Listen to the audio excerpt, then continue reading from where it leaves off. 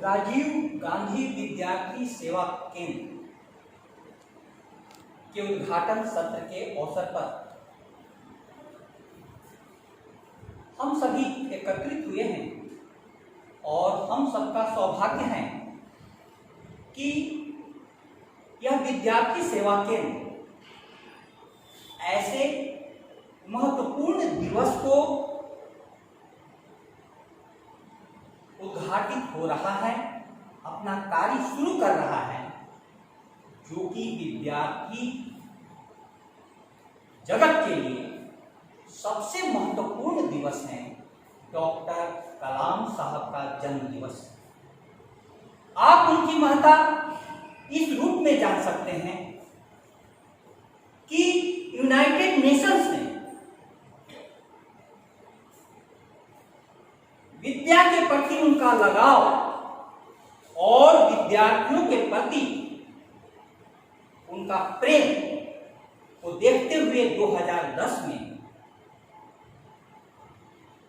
उनके जन्म दिवस को विश्व छात्र दिवस अर्थात वर्ल्ड स्टूडेंट्स डे के रूप में मनाने का निर्णय किया।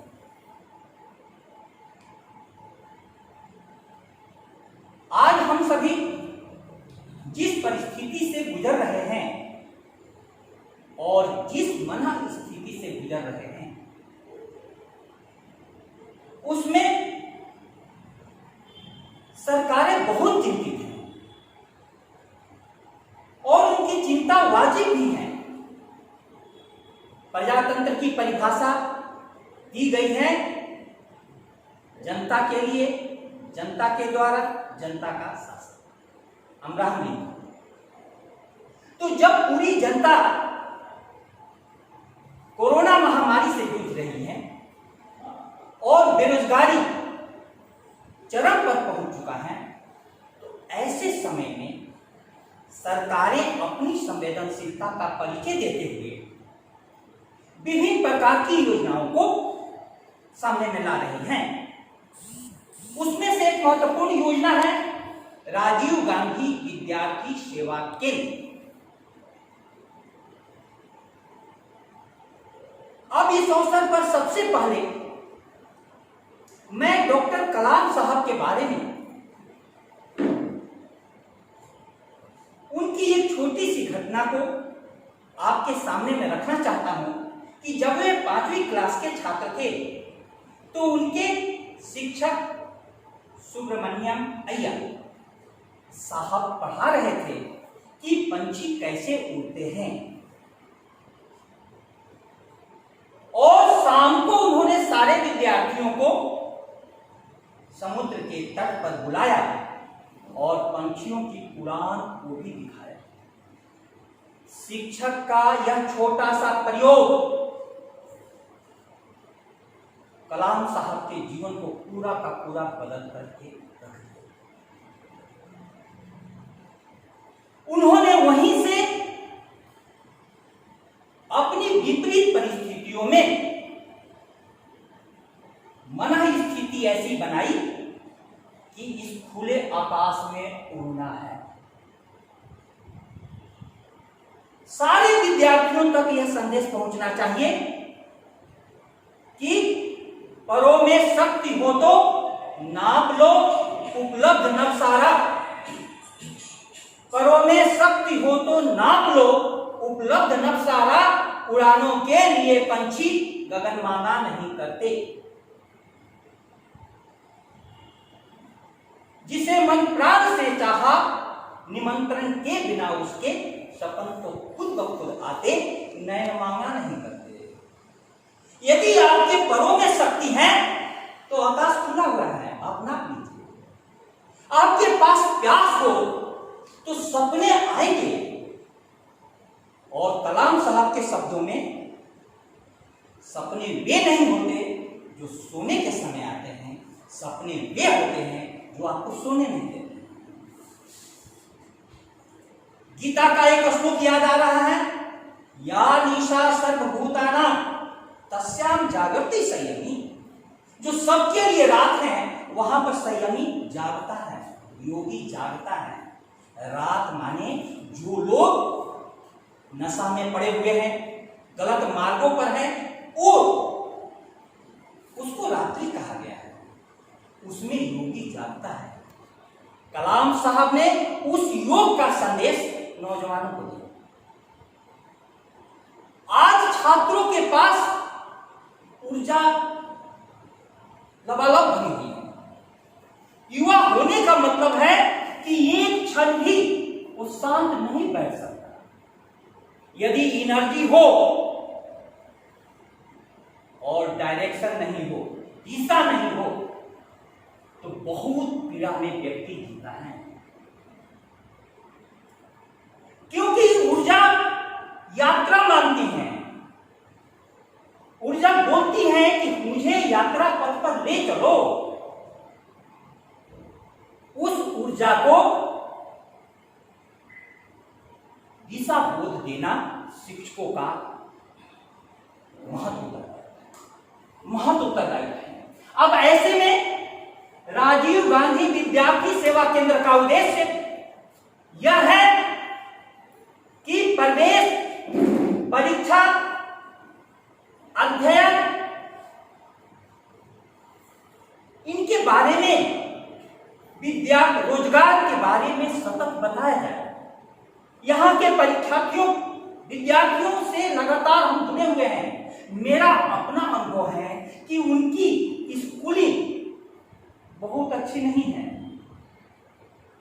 स्कूलिंग अच्छी नहीं होने के कारण सारे बेसिक्स, जो आधारभूत फंडामेंटल्स जानकारियां होनी चाहिए, उन जानकारियों का उनके पास अभाव है।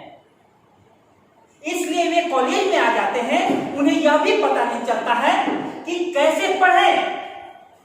इसलिए यहां पर पासबुक की संस्कृति चल रही है, सब पासबुक से पढ़ते हैं। दूसरा, ट्यूशन की प्रवृत्ति। मैं जहां पढ़ता था ये दोनों चीजें गायब थी। मौलिक पुस्तकों का अध्ययन हमारे टीचर करने के लिए कहते थे, और स्वाध्याय की प्रवृत्ति। अब इसमें हमारी भूमिका इसलिए महत्वपूर्ण हो जाती है कि कोई भी विद्यार्थी कॉलेज में आ रहा है तो उसके सपने दूसरे को देखकर उसे परेशान करने लगते हैं कि यदि यह व्यक्ति प्रतियोगिता परीक्षा में अव्वल आ सकता है तो मैं क्यों नहीं। उस समय शिक्षकों की भूमिका इतनी बड़ी है कि मैंने यह प्रयोग किया है। विद्यार्थी प्यासे जो थे संडे को भी घर पर आ जाते थे, और उन विद्यार्थियों में से मैं बहुत गर्व के साथ कहता हूं सबकी नौकरी लग गई। कोई ट्यूशन नहीं, कोई व्यवसाय नहीं। क्यों लग गई? पहली बात, उनके पास ऊर्जा की प्यास थी। दूसरी बात, जो दिशा बोध मिला उसने उनकी ऊर्जा को मार्ग पर चलते चलते मंजिल तक पहुंचा दिया। अब इस कोरोना काल में विद्यार्थियों को लगता है कि महामारी में कब किसकी मृत्यु हो जाए कुछ ठीक नहीं। जो भी पहले नौकरियां इतनी कम थी, वो भी नौकरियां कम हो गई। पढ़कर क्या होगा, नौकरी तो लगेगी नहीं। तो पहला यह संदेश इस महाविद्यालय से यह जाना चाहिए, खासकर इस केंद्र से, कि सरकारी नौकरी ही एकमात्र विकल्प नहीं है। जीवन के बहुत आयाम हैं।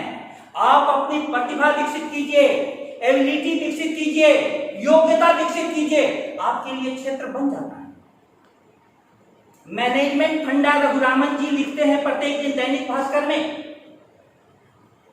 इस समय की घटना है कि एक बहुत बड़ा मैनेजर के पोस्ट से अचानक एक व्यक्ति को हटा दिया, और वह मैनेजर गांव में जाकर दूसरा व्यवसाय शुरू कर, और उसके 3-4 महीने इस प्रकार से बीते हैं कि उसने अपने आप को खड़ा कर लिया है। यह क्या संदेश देता है? ये कहानियां बच्चों को, विद्यार्थियों को, छात्रों को बताई जानी है। इतनी बड़ी नौकरी छोड़कर और वो अचानक आकर की नई चीज की शुरुआत कर देता है। सेवा केंद्र बनाए। इसलिए परामर्शदाता प्रोफेसर रतन पाल जी जोडियार हैं, सदस्यों प्रमिला पाल जी मैम हैं, सभी से मैं कहता हूं कि बहुत बड़ी भूमिका, हम लोगों को इंतजार नहीं करना है कि विद्यार्थी यहां आए, विद्यार्थियों के पास अब शिक्षक को पहुंचना पड़ेगा। जमाना बदल गया, जमाना बदल गया और पहुंचने के रास्ते हैं।